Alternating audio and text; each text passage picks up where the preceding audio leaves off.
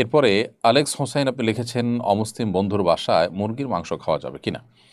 অমুসলিম বন্ধু যদি তার বাসায় মুরগির গোশত রান্না করেন, তাহলে সেক্ষেত্রে সেই গোশত যদি কোনো মুসলিমের জবাই করা মুরগির গোশত হয়, অর্থাৎ জবাই যদি হালাল পদ্ধতিতে হয়, তাহলে তারা রান্না করেছেন, সেজন্য সেটা হারাম হয়ে যাবে না, যদি না তারা কোনো সেখানে নাপাক কোনো কিছু না মেশায়।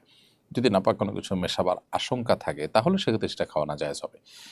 তো সাধারণত মুরগি বা গরু বা যে কোনো পশু, এটা যদি কোনো মুসলিম জবাই করে, তাহলে সেক্ষেত্রে রান্না কে করছে সেটা ম্যাটার নয়, জবাইটা হালাল হয়েছে কিনা সেটা হলো মূল বিষয়।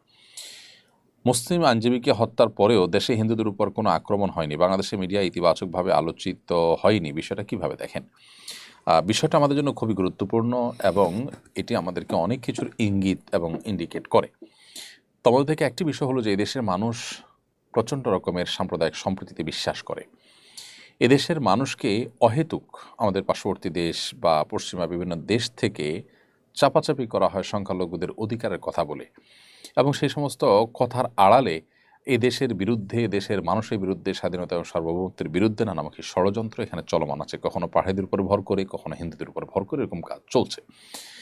এত বড় একটি ঘটনা হওয়ার পরও বাংলাদেশের সর্বস্তরের মুসলমানরা যে শান্ত ছিলেন, সহনশীল ছিলেন, সংযমী ছিলেন, তারা যে পরম ধৈর্যের পরিচয় দিয়েছেন, এখান থেকে বোঝা যায় যে দেশের মুসলমানরা কতটা শান্তিকামী, শান্তিপ্রিয় এবং কতটা তারা অন্য ধর্মাবলম্বীদের ব্যাপারে এবং স্পর্শকাতর ইস্যুগুলোতে সহনশীল। অতএব এই কারণে তাদেরকে পৃথিবীর অন্য দেশের মানুষের অ্যাপ্রিসিয়েট করা উচিত ছিল। অথচ আমাদের পার্শ্ববর্তী দেশের বিভিন্ন মিডিয়াতে বা পশ্চিমা দুনিয়ার অনেক মিডিয়াতেও অনেক নেতিবাচকভাবে সংবাদকে প্রচার করা হয়েছে। ভারতীয় বিভিন্ন সাংবাদিকরা সেখানে থেকে তারা এই কাজটি করেছেন। খুবই দুর্ভাগ্যজনক এবং খুবই অনাকাঙ্ক্ষিত একটি ঘটনা এটি। অতএব এখান থেকে বোঝা যায় যে আমাদের মিডিয়াগুলো বা বড় বড় পরাশক্তিগুলো দুর্বল অর্থনীতির দেশ হিসাবে আমাদেরকে তারা নানাভাবে শোষণ করে থাকে, অবিচার করে থাকে। তারা যে সমস্ত ন্যারেটিভ দাঁড় করায়, আলেমুল আমাদেরকে, মাদ্রাসা শিক্ষার্থীদেরকে, ধার্মিকদেরকে জঙ্গি হিসাবে তারা ট্যাগ লাগাবার যে অপচেষ্টা করে, এগুলো সবগুলো যে তাদের পরিকল্পনার অংশ এবং কূটকৌশলের অংশ এবং মুসলমানদের বিরুদ্ধে তাদের ষড়যন্ত্রের অংশ, এগুলো যে বাস্তবতা বিবর্জিত, এই ঘটনা সেটিকে আমাদের কাছে আবারও প্রমাণ করেছে। বাংলাদেশি মিডিয়াতেও পর্যন্ত বিষয়টা সঠিক চর্চা সব মিডিয়াতে সমান্তরালভাবে হয়নি, এটা আরও দুর্ভাগ্যজনক বিষয়।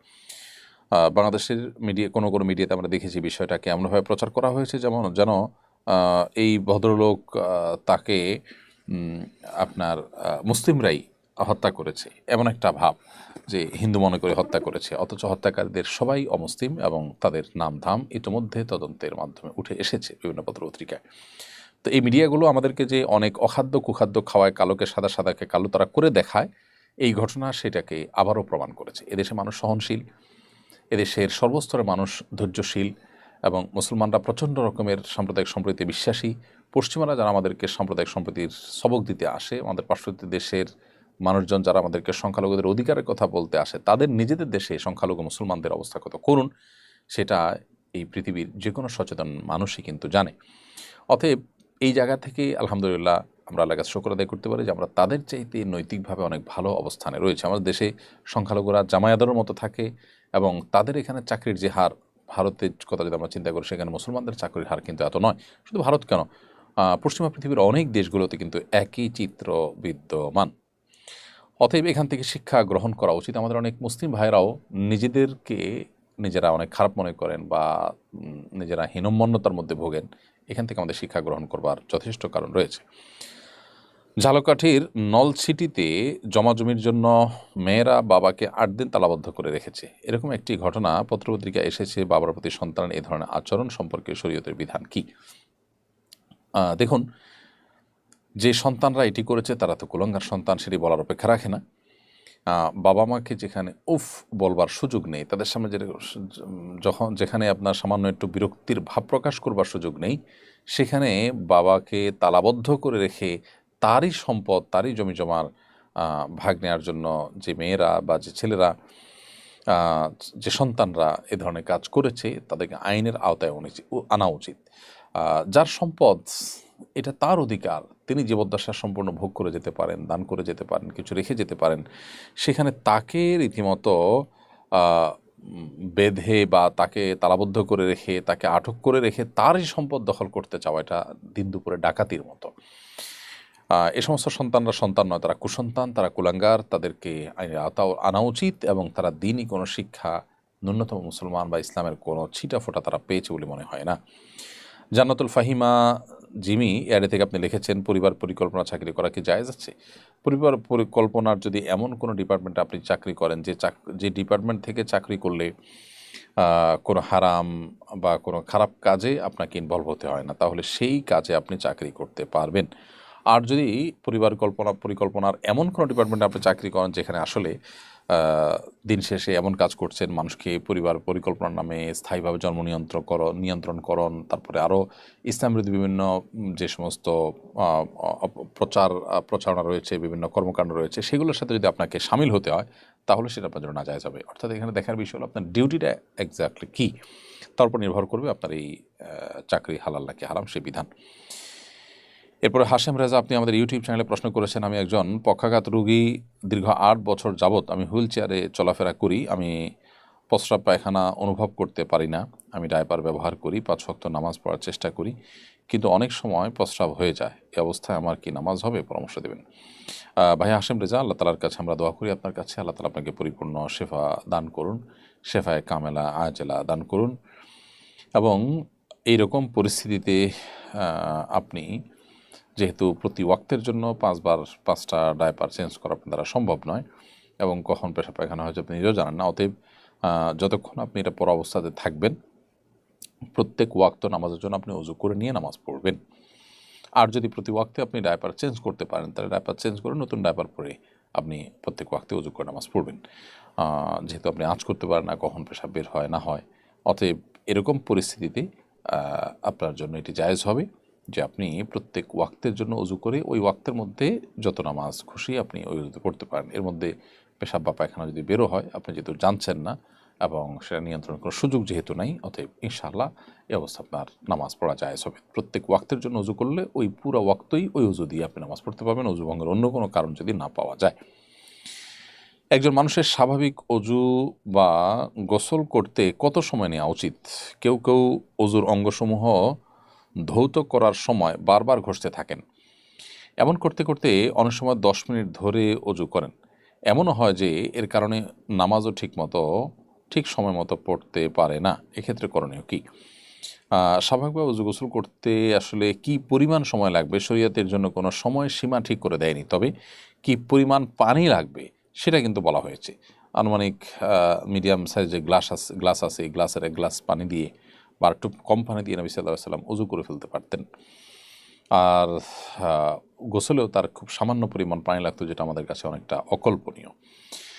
তো সময়ের ব্যাপারটা হলো যে যদি কেউ ভালোভাবে ডলে ওযু করতে অন্য দশজনের চেয়ে তার একটু বেশি সময় লাগে, অসুবিধা নেই। কিন্তু আপনি যে পয়েন্টটি উল্লেখ করেছেন যে অনেকে দেখা যায় 10 মিনিট ধরে ওযু করে, এটা তো অস্বাভাবিক, এটা তো অবশ্যই গর্হিত কাজ।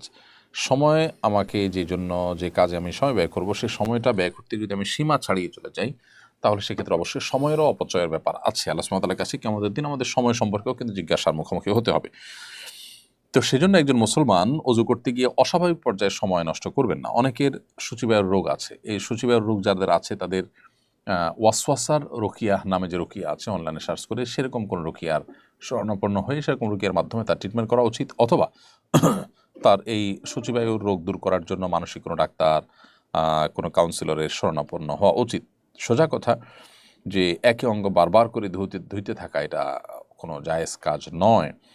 3 বার ধোয়া সুন্নাত, 3 বার ধোবেন, ভালো করে ডলবেন। এরপরও আপনার কোনো অঙ্গ শুকনো আছে কিনা এ ব্যাপারে যদি আপনার ভিতরে খুঁতখুঁতে বা আপনার সূচিবায়ুর কোনো ভাব আসে, আপনি সেটাকে ইগনোর করবেন, সেটাই আপনার জন্য শরিয়া কর্তৃক নির্দেশিত।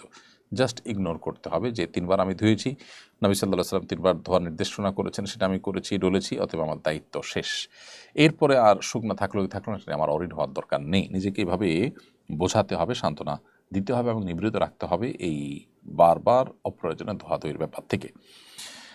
ব্যাটারি চালিত রিকশা নিয়ে পক্ষ বিপক্ষে আলোচনা ব্যাপক হচ্ছে। অতিরিক্ত সড়ক দুর্ঘটনার জন্য ব্যাটারি চালিত রিকশাকে দায়ী করা হচ্ছে। সড়ক দুর্ঘটনা কমাতে আপনার প্রস্তাবনা কি? দেখুন, সড়ক দুর্ঘটনা প্রস্তাবনা তো অনেক দীর্ঘ আলোচনার বিষয়। আমরা শুধুমাত্র ব্যাটারি চালিত রিকশা নিয়ে যদি কথা বলি, তাহলে সেক্ষেত্রে বলবো যে আহ, আমাদের দেশে আসলে ব্যাটারি চালিত রিক্সাগুলো যখন হাইওয়েতে বা শহরের মধ্যে চলাফেরা করে তখন সেক্ষেত্রে অনেক ধরনের সাধারণ যে যানবাহনগুলো আছে দ্রুতযান সেগুলোর চলাচলে নানাবিধ ব্যাঘাত সৃষ্টি হয়।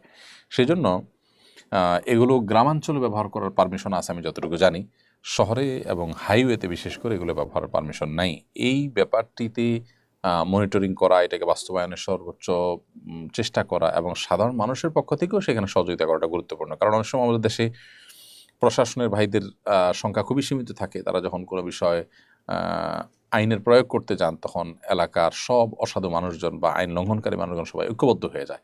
তখন তাদের জন্য সেটা ট্যাকেল দেওয়া কঠিন হয়ে যায়। আমাদের সর্বস্তরের মানুষের সেখানে সহায়তা করা উচিত। এর বাইরে দুর্ঘটনার জন্য যারা দায়ী তাদের বিচার হয় না। তাদের বিচারের জন্য কঠোর আইন এবং আইনের প্রয়োগ, এই দুইটা যদি চোখ মুখ বন্ধ রেখে অর্থাৎ কোনো প্রকার পরিচয় ইত্যাদি না দেখে যদি সেটার কার্যকর করা হয় তাহলে ইনশাআল্লাহ এগুলো অনেকখানি কমে যাবে।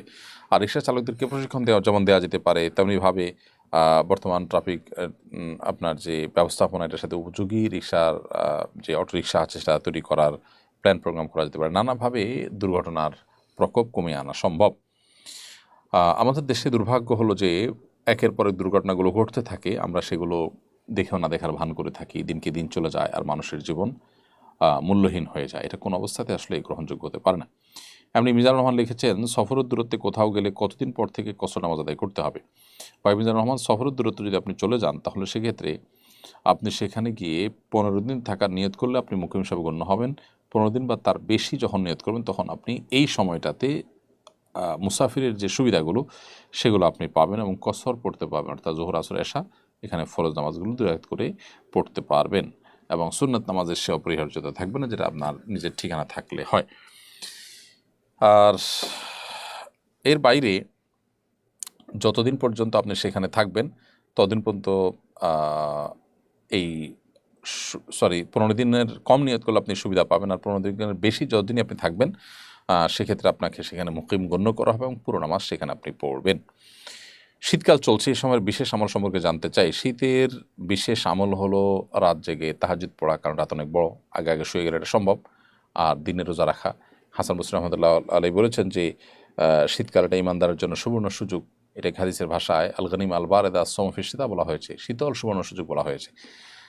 কারণ হিসাবে তিনি উল্লেখ করেছেন, হাসান বসরি রহমাতুল্লাহ উল্লেখ করেছেন যে এই শীতের সময় লাইলুহু তবিল, এর রাতটা থাকে দীর্ঘ।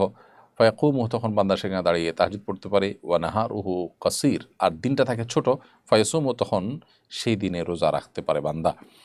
তো সেজন্য আমরা এই শীতের সময় এই আমলগুলো করতে পারি। এগুলো হাদিস এবং নবী সাল্লাল্লাহু আলাইহি সাল্লামের নির্দেশনা থেকে সরাসরি প্রমাণিত। এই যেমন সাকিব আল হাসান এর থেকে আপনি লিখেছেন, খাঁটি তওবা করার উপায় কি? খাঁটি তওবা করার উপায় হলো যে আপনি কোনো অপরাধ করার পর সেই অপরাধ থেকে লজ্জিত হয়ে অনুতপ্ত হয়ে আপনি ফিরে আসবেন, সেখানে আর থাকবেন না, সে খারাপ কাজটা করবেন না এবং এই খারাপ কাজ পেছনে যে হয়ে গেছে তার জন্য আল্লাহর কাছে অনুতপ্ত থাকবেন এবং ভবিষ্যতে না করার সংকল্প করবেন। এর মধ্য দিয়ে তওবা সংগঠন হবে। তওবা এটা এমন একটা কনসেপ্ট যেটা আমাদের সমস্ত গুনাহগুলোকে মুছে দিতে সাহায্য করে। বিরাট বড় একটা অস্ত্র এবং হাতিয়ার আমাদের হাতে। একজন মুসলমান তিনি তার অপরাধগুলোকে তার আমলনামা থেকে মুছে পরিষ্কার করে ফেলাবার সুযোগ পাওয়া, এটা যে কত বড় সুবর্ণ সুযোগ সেটা বলার অপেক্ষা রাখে না। তো সেজন্য আমাদের খাঁটি তওবা করার চেষ্টা করা উচিত। তবে হ্যাঁ, যদি কারোর আর্থিক অধিকার বা কারোর প্রতি আপনি কোনো প্রকার জুলুম করে থাকেন তাহলে সেক্ষেত্রে তার তওবার সিস্টেম হলো যে আপনি কৃতকর্মের জন্য অনুতপ্ত হবেন, ভবিষ্যতে করবেন না, সে অপরাধ থেকে সরে আসবেন, সবই ঠিক আছে। পাশাপাশি যার হক নষ্ট করেছেন তার কাছে সে হকটা ফিরিয়ে দেওয়া বা তার কাছ থেকে ক্ষমা প্রার্থনা করে দায়মুক্ত হওয়া, এটা কিন্তু পাশাপাশি জরুরি। এরপরে এমডি মমিন আপনি লিখেছেন, দক্ষিণ কোরিয়া থেকে, সহকর্মীর খাবার না বলে খেলে কি বান্দার হক নষ্ট হবে? যে সহকর্মীর খাবার আপনি না বলে খাওয়ার কথা বলছেন, সেই সহকর্মীর সাথে আপনার সম্পর্কটা কী ধরনের, সেটার উপরে আসলে নির্ভর করে এই বিষয়টির বিধিবিধান। আপনার সহকর্মী তিনি, তার সাথে আপনার সম্পর্কের লেভেলটা যদি এরকম হয় যে আপনি আসলে তাকে না বলেও যদি খান তিনি সেটার প্রতি মৌন সমর্থন থাকবে, অনেক সময় এরকম লেভেলের সম্পর্ক থাকে এবং মৌন সমর্থন থাকেও, তাহলে সেটা আপনার জন্য জায়েজ হবে। আর যদি ব্যাপারটা এরকম না হয় তাহলে সেক্ষেত্রে তার খাবার আপনি তাকে জিজ্ঞেস করা ছাড়া খাবেন না বা ধরবেন না। যদি ধরেন তাহলে সেক্ষেত্রে আপনি কিন্তু গুনাহগার হিসাবে বিবেচিত হবেন।